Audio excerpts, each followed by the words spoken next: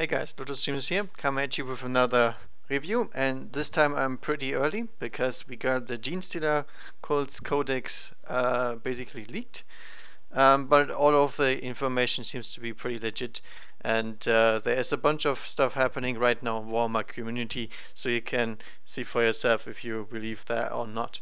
But it looks absolutely legit to me. It's just like the other versions we had a few days before. There's always info out. So let's get to it. So basically, we have the normal template of a codex that we always had, with additional Warlord traits, with different cult strategies that he can employ, and obviously psychic powers and everything as per usual. Now, the most important thing is obviously Cold Ambush, because basically Cold Ambush was incredibly random before the Codex came out, and then they got horrendously nerfed because they couldn't show up on turn 1 anymore. So that's different now. So basically you have a choice. You can set up the unit with Cold Ambush that is either underground, so aka normal deep striking, or as a marker on the board. These markers will be in the Codex, it seems, and there will be some extra too, because you have to deploy a lot of them. So this is obviously something that your brothers cannot have, but everybody else can just do whatever they want to. As long as they have Cold Ambush, they have the ability to do so, and Deep Strike if you want to. It's very, very interesting concept, but the problem is you still have to stay in your deployment zone. So ambush markers cannot be deployed all over the board. The good thing about them is that unlike the Genestealer, the little nodes that you can set up, these things cannot be interacted with the enemy. So basically you get your spot wherever you want to, and enemy units can't come close to you and destroy that thing or prevent you from coming out there. There's basically no counterplay. The Genestealer units have to come out somewhere, unless you do a special stratagem and whatnot, but the enemy cannot prevent that from happening unless he obviously stops them from deep striking, which is the underground ability. So it's very different. So there's two possibilities here how that works. You have the first turn, which means you can reveal all of your ambush markers at the start of the movement phase, one at a time, before you move anything. So basically, you're deploying a bunch of blips, and then you show up once it's clear you have the first turn. The thing how this works is very interesting though, because it says you put the model down within 1 inch of the marker, one single model. Then you remove the marker and then place the rest of the unit wholly within 6 or more than 9 inches away from enemy models. But this does not count as coming in from reserves. So you're moving and everything is happening normally, just like as if you started there all along. So basically the enemy does not know which unit could be where and how exactly it's gonna pan out. In addition to this, you can eke out some additional movement. Unless I'm unclear here on the info, there is no limitation to deployment zones here, so you get a few additional inches, which is very, very important, especially if the deployment itself is the zone is already pretty sharp, like in Spear Assault. You can do everything as if it was normal. The only thing is though, you have to disembark obviously also outside of 9. So basically with this rule there's no way to getting anywhere closer to the enemy unit than 9, which by the way is not a problem. You have some additional sneaky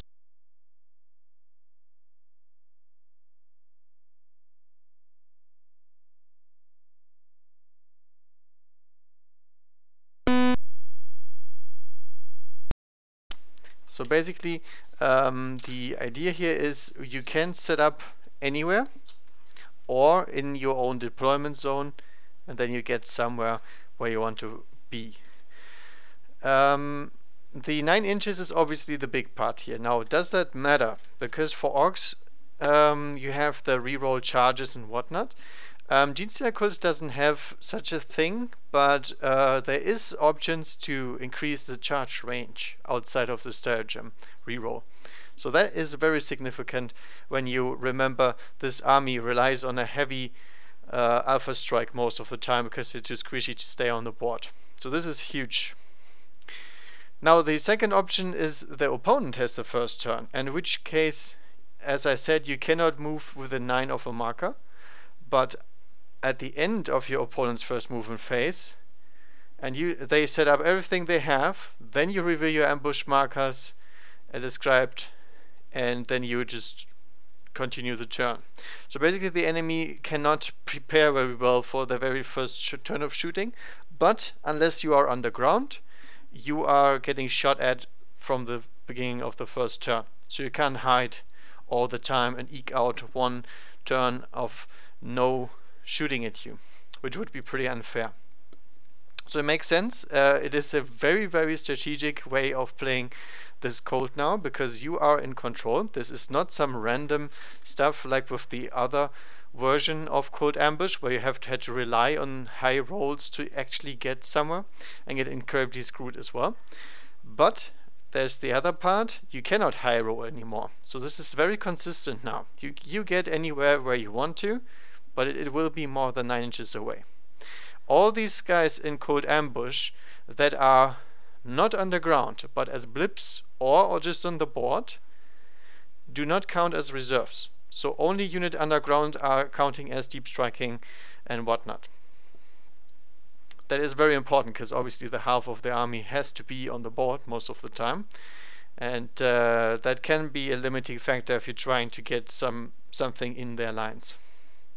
Alright, so that is Code Ambush. It's very simple to explain, but it will pan out a little bit difficult, especially if you're playing with large armies, because basically your friend has to deploy his entire army bit by bit, blip by blip, if you could say, and then you can actually play the game. So this is a little bit like heavy deep striking armies in 7th edition, like with Grainheads. You basically had a second deployment turn. Alright. Match play rules, special ones. Genestealer means you can't have more than one of each character in the same detachment, so very similar to how the rules were before. And that is necessary because these characters are really, really good. I don't think I have seen one that I wouldn't take. But obviously you can take up to 3 detachments most of the time, up to 2k points. So there is a way of getting more characters in your stuff, and your units are still very cheap and very easy to fill detachments with. And then Broodfather makes sense. If you have a Patriarch, he must be the Warlord. Makes sense because either you're wasting the Patriarch or you're keeping him back all the time and trying to deny Warlord. In this case, he is the big boss as per lore, and he has to be what he has to be. But obviously that might actually cause people to not take a Patriarch. So who knows if that's a good idea now. We'll see. Broodfather detachments, also a big point of Genestealer cults. Basically it's as per normal, you can have a Astromech Charm detachment per Genestealer cult detachment, and they do not count for accounting for your army keyword. But it's heavily nerfed. You only get half the command points, because obviously this would be abused for command point farming, because Stratagems has cheap detachments. They get 0 special rules. With special rules I mean stratagems, I mean special characters, regiment traits, warlord traits, everything. Everything is deleted. Instead you replace everything with brothers as a keyword, and then you get +1 leadership army-wide pretty much, which is nice because before you didn't get anything. So that's okay, I guess. And then in addition to this, we have the option to take brother infantry, heavy weapon squads, demon races, and sentinels in the detachments of the Genestealer cults themselves. So these are non-Astromech units. Oh yeah, by the way, the keyword overrides everything. So Militarum Tempestus will also have the Genestealer cults keyword, which is interesting because now you can take them in a different approach. But okay. that is that. Now, Genestealer codes have some special codes, and those are pretty interesting in my opinion. First one is the code of the Four-Armed Emperor, so you get +1 to advance and charge rolls upon first appearance, which means the first time you show up from underground, or the first time you show up after getting set up on the board. Now this is obviously something for those like me that want to move up and get into the thick of it. +1 to charge distance is huge if you have the ability to get within 9 basically automatically. And advancing is also a big one, because obviously Genestealers are able to advance and charge, which basically enables their threat range a little bit more. And with the new redeployment type of movement, there will be some shenanigans where you can get really good charges off with the code of the Four-Armed Emperor without using command points, which is very important. Pauper Princess, reroll hit rolls when charging, getting charged, or heroic intervention. That's good. Obviously, you reroll just like that, everything, basically. That's good. That's unless you're stuck in close combat, which is very unlikely, you will have a reroll in close combat. So that's nice. The Hive Coil is meh. It's 1/2 damage from morale losses. I don't know about that one. Shooting after falling back is also, I don't know about that one. That seems to be something they want to employ with the new bikes, but most Genestealer units are not very good at shooting. And you know, it's basically Ultramarines tactics. You also get the -1 to your ballistic skill, which means the majority of your army will be hidden on 5s or even 6s because they moved. So we'll see. The Bladed Cock, the Adeptus Mechanicus, gets basically +1 to their invuln saves if they have an existing one, and if they don't have one, you get a normal invuln save 6+. That is awesome. That's 4+ Genestealers. And obviously pure strains have their 5-up before, so 4-up is really, really good to make them a little bit more survivable. In combination with the toughness, they are already pretty decently tough. They're still easy to remove, but that's how they're supposed to play. I don't know. For 15 points, I think that's a better value right there. And infantry gains no penalty for moving, firing heavy weapons, which is nice because there's plenty of heavy weapons in the army, but still the ballistic skill is pretty damn bad. But you will see there is options, or there is one option, not there are options, there is one option where you can fix your ballistic skill. So this might actually come in play, where Bladed Cork can be a good dual cold, where you can go with heavy melee that's a little bit more durable, and infantry that tries to fire. Then the Rusted Claw. You get +1 to your saves if the AP of the attack is 0 or 1. So essentially like all is dust from Thousand Suns. And then bikers do not get a penalty for anything. So they can move fire, assault, and heavy weapons and whatnot. They don't care. So that's the move really fast and be a little bit more durable altogether. This is obviously better than the +1 invuln saves most of the time, unless you're a Genestealer pure strain player. And then the Twisted Helix gets strength +1 and +2 to advance rolls, which is very similar to Cult of the Four-Armed Emperor, but a little bit less deep strikey. Now, for my tastes, I would probably go with the Cult of the Four-Armed Emperor, because it's still a very good one. But, you know, if you get additional charge distance through stratagems, through rerolls, and the new character that supports this, you might get away with running Pauper Princess, which is obviously the great thing for close combat. And then if you want to go with shooty approaches, something like that, there is the Bladed Cock if you want to have it. I don't know, it sounds pretty good. None of these are super bad. I don't like the Hive Cult, but the rest is as good as I would imagine. Then the Warlord Traits right behind. The Cult of the Four-Armed Emperor gets D3 CP and a reroll of any save, wound, or hit roll per game.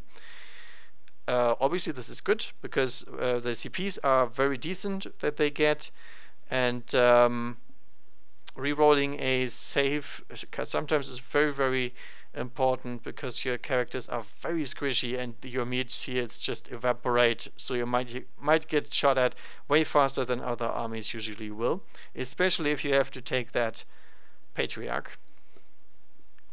Power Princes get +2 to Unquestioned Loyalty, which hasn't been changed, so it's easier to keep the characters there, which is okay. The Hive Cult is reroll once within 6 inches in the shooting phase. Again, something shooty for some shooty support. I don't know about that one, not sure. Bladed Cock, pick a unit, reroll wounds. Not too bad. The Rusted Claw is -1 AP on 6s to wound in close combat within 6. Oh, that can be good. That can be very good. However, if we go back to the other part, the Rusted Claw is the one with additional benefits and bikers. So this is something for a close combat army, and that Warlord Trait, I don't know, is very good if you want to get in the thick of it. Otherwise, meh. And the Twisted Hair gives you +1 damage, unless it's a relic. Obviously, you can never buff relics with +1 damage. Alright, that's that. Nothing too fancy, I'd say. Cult of the Four-Armed Emperor looking good so far. Then the normal Warlord trait is Focus of Adoration, as it was before. And everything else is pretty much close combat stuff. Damages, attack, +1 to hit. But then there's the 3-inch to aura abilities, which can be very, very powerful. Because you have so few characters that you can take in each detachment, and they have very nice abilities, such as rerolling ones with the Primus, and getting +1 to hit rolls in general from the Primus. That's good. That's something you can take if you really like having those buff characters. And then we have loads and loads of Genestealer called Stratagems. So first one here is Lying in Wait. For 2 CP you can set up anywhere, and that is really anywhere, more than 3 inches away from enemy models, which is pretty nasty, because you can grab objectives like nothing else, but you cannot charge. So that's interesting. So this is not meant to do something in a super ambush or something like that, but it's instead something to redeploy or circle in the enemy, or, you know, get shooting into range. It's very interesting. So basically allows you to do a super underground deep strike. 2 CP though, very expensive. So 1 CP you get a triple Warlord trait if you have all 3 characters, which is Primus, Magus, Patriarch. I like that one. That's the same as with the Dark Elder one for the Succubus, Homunculus, and Archon. And to be honest, for 1 CP, that's all good. If you just take the D3 CP gainer anyway, you get a Warlord trait for that guy, and then 2 basically for free or +2, how you want to call it. Can be very good. 1 CP, you can hide your objective cards. Very sneaky stuff. For 1 CP, you can use the top row for vehicles. I'm not sure how good that is, because obviously Leman Russes and whatnot are okay, but they're not super good in this army because they have very, very limited support. But you know, at least they might get +1 from the special character. I don't know. 2 CP is Lurking Shadows. You can use this during your opponent's shooting phase on an infantry that is entirely on or within a terrain feature, aka has cover. And they cannot be targeted unless they are the nearest visible unit. That is really, really nice to drop something in there. Especially good combined with Lying in Wait. Lying in Wait and Lurking Shadows can be good, because it prevents enemies from killing the unit that you just plopped onto an objective. Very strategic stuff. Monstrous Vigor. You get +1 to your best vigor rolls for the unit. Okay, Abrams, I don't know, a little bit expensive maybe. Basically a buff for what they're trying to get. For 1 CP, Meticulous Uprising, with a ambush marker, you can move 3 up to 12 inches. This cannot be used to get out of your deployment zone, so this is nothing too scary. But it's very, very nice because the enemy does not really know where the Genestealers are going to show up. So if he's trying to concentrate all his troops in one corner, try to drop the hammer on you, you can try to move at least 12 inches closer relative to your deployment zone to him. Very useful stratagem. For 1 CP, that's something I would use for sure. For 1 CP, you can send 3 of the blips that you put on the board off the board and put them underground instead. So this is the opposite. The enemy is trying to basically set up to kill everything that you got. You just nope out of there and show up somewhere else, wherever you like. A very good thing, and it works for 3 units. So that's good. 1 CP, Genestealer Cult Troop can add D6 models. So this is very similar to the good old psychic support that we had in 7th edition. In 7th edition, you could also add new units. It's basically a summoning kind of principle. Wonder if it's gonna cause reinforcement. Most likely it will, unless you're replenishing models. Such was the rule as for everything else. For 1 CP, you get to put 4 of these blips down, and so the enemy is very confused in where the actual unit is gonna show up. So another strategic aspect.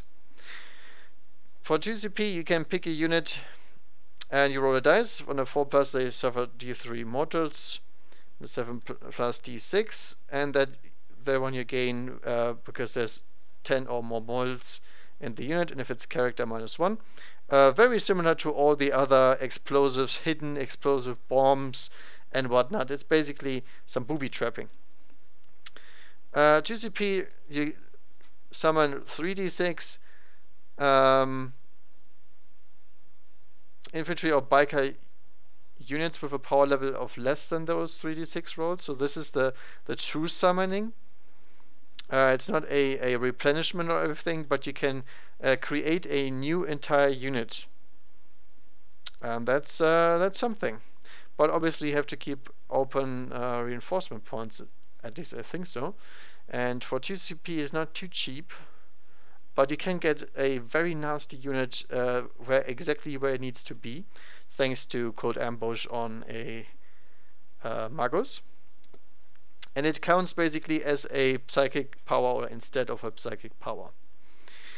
1 CP is infantry or biker units that are at least 3 inches away from any models can go on the ground. So you can try to fall back and disappear.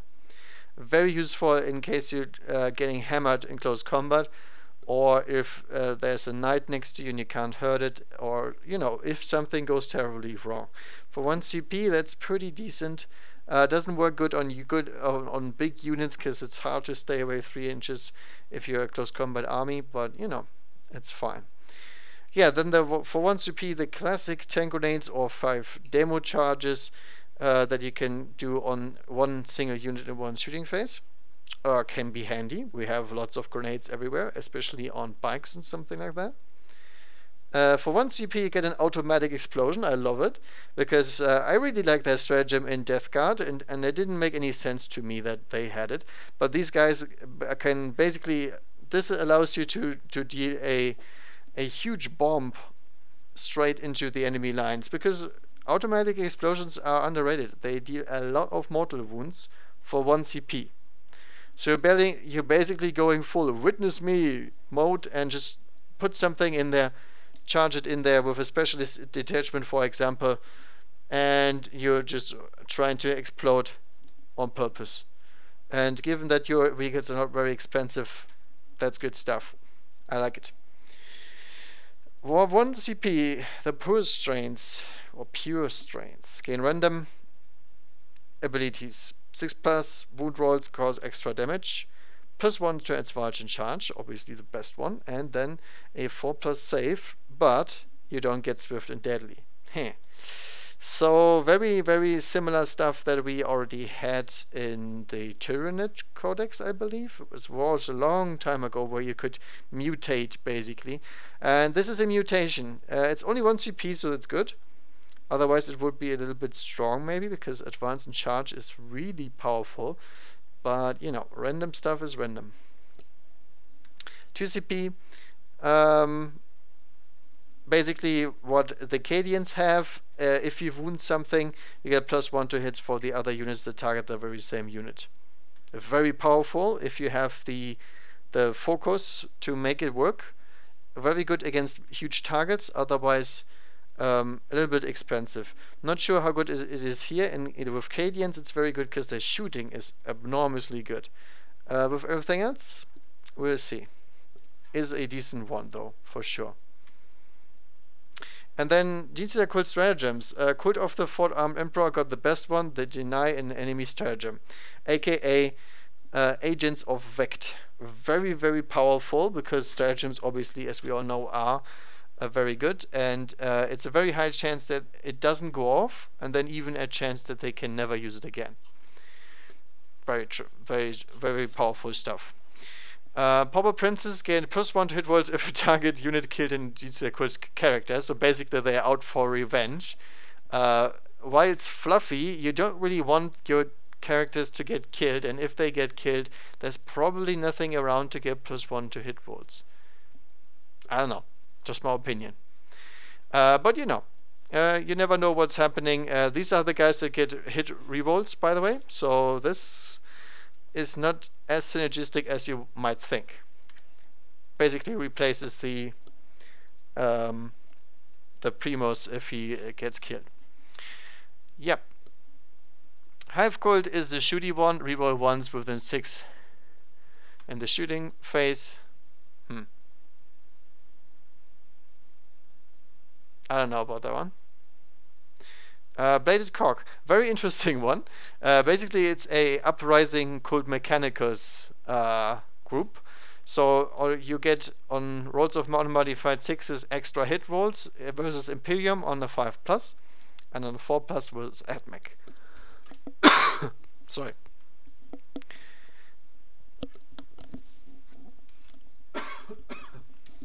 Sorry about that. The Rusted Claw means spike units get +1 to hit and wound with grenades and can move after shooting. Interesting, but meh. It's just one unit per round, so a little bit interesting. It's basically for the drive-by. And then Twisted Helix has the classic. Aberrants can fight once more at the end of the fight phase, and they give -1 leadership power within 6 inches of them to the enemy. 3 CP though, so very expensive, as you would expect. But they always have to be. Those fight twice stratagems and the deny enemy stratagems, those are the ones that should be costed the highest.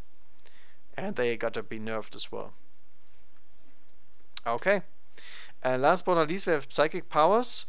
Mass Hypnosis is, you know, still good because the unit can't fire Overwatch, which is great for a deep striking army. And if you charge them, you get to fight first always. And -1 to hit rolls is obviously the good one, because the enemy can, even if you can't charge them, they at least are -1 to hit if they survive the charge. Mind Control is very similar to everything else that says something with mind. So 3d6 and you can take over the character and shoot another enemy unit or make a single close combat attack.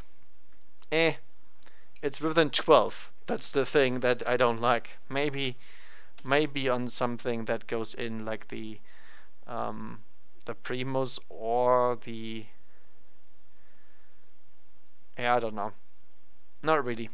Well, also Warp Charge 7, not too good. Psionic Blast is 5, so it's basically a smite, because there's a visible unit with an 18. And you basically deal 1 mortal wound, but if your leadership beats theirs, then you basically deal D3. A little bit weird, but at least it's targeted. Mental Onslaught is very similar to, I believe, the Harlequins or something, Mind War or something. I don't know.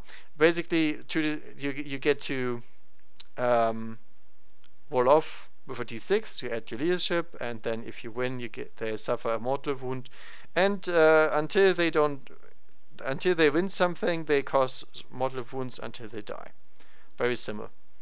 And then the last two ones are the good ones. Psychic Stimulus, Warp 6. Unit with an 18, you can charge after advancing, but not after falling back, and you always hit first even if they didn't charge. So very nice buff for units that can't do this, aka Metamorphs, aka Neophytes, aka whatever it is that is not a Genestealer. And even if they have if you have few strains that are in close combat, the always hit first thing might actually be pretty nice, because they have to strike first, otherwise they get killed. And then Might from Beyond, the classic infantry or biker unit with an 18 plus 1 strength and an attack until next psychic phase. So these are your bread and butter things, because they allow your units to go in very, very quickly. And as we can see with the Tyranids, they have a similar one. They always tend to use these instead of the mortal wounds damage. And then again, we have the range. The range doesn't have to be a problem, but you have to basically make sure that your character does enough for doing such a dangerous job of coming so close to the enemy. That's the thing I don't like about it. But you know, everything else is with an 18, and finally we get the chance to actually make it somewhere, because Cold Ambush is back in business. Alright, that's the psychic powers. So overall I think they are pretty nice. There is three there that I would always want to have, and other threes that I don't like, but they're not bad in any means. I just don't think we have enough psychers to make use of them, because obviously we don't have that much psychic support. There is an artifact that can give us +1 power, but other than that, not really. Alright, and then finally I will not talk about the stats and points and whatnot, because that's too much. You can just look that up if you want to. But there is some new characters in town. There is a Jackal Alphus, which is basically a biker lord. Or it's a she, I don't know what's called. But basically the cool thing about it is, as long as it can see a target, everybody within 6 gets +1 to their hit rolls when they're trying to shoot. So that is powerful stuff. That's really, really good for a bunch of units that basically always suffer due to their low ballistic skill. Namely something like Russes, or, you know, something. And that can be good. The Nexus is also very interesting, because he can redeploy the blobs you take for your units, and he also is your CP farm. So basically you can combine him with with other characters, and depending on which characters are on the field, he gives CP refunds in your own terms, together with the Primus on a 5+, or alone on a 6+, and on enemy side the same thing, and it's always a 5 or 6+. So that's good. That's pretty good. The Locust is just a meaty bodyguard, and Biophagus, I don't know about him. I forgot, to be honest. The Sanctus is an assassin. He has some knives or a sniper rifle that's actually pretty decent at wounding stuff, because it can break psychers and whatnot. He's just what he is, an assassin. And Abominant, you already knew that was coming. It's nothing new necessarily, because we already knew it existed, and but it's included in this codex, so I call it a new character in that sense. Basically, round has a very nasty pickaxe. Unfortunately, it's -1 to hit again, but the classic kill everything to clump and support your aberrants. I don't know. Aberrants seem to be pretty meh still, but we'll see about it. I didn't do the math on the points yet, and that is beyond the scope of this video. This is just to show you how it's gonna look like.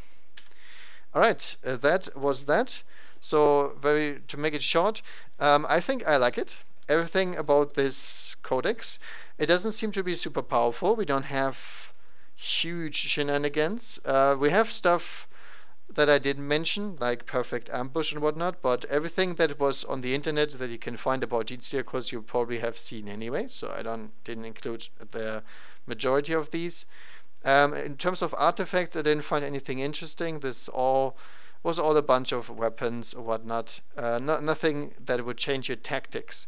So our tactics are still with the options of going faster on our very first strike with +1 to charges and whatnot.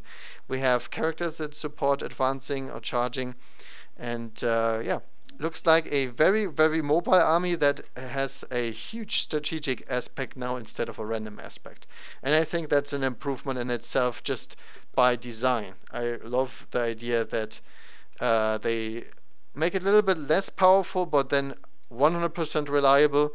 That's how I like it. That's how it should be played. And now we have to see whether or not the points will do it justice, and if a glass cannon close combat army like Genestealers can be played, or if they just get allied in with one Primus to get the psychic power support, because that might be the case. These are very good psychic powers in my opinion, and might warrant a extra detachment. Alright, so thank you guys for watching. I hope you enjoyed, and we'll see how that new codex looks like with the new shiny markers, and I will try to get a game in with these as soon as it's here. So that was everything from my side. Tell me what you think. Leave your comments below. If I forgot anything or I misunderstood anything, keep in mind, keep this with a grain of salt. There might be stuff that I haven't seen or what wasn't released yet. Just the luck of the draw in that case. Alright, thank you guys for watching, and happy wargaming.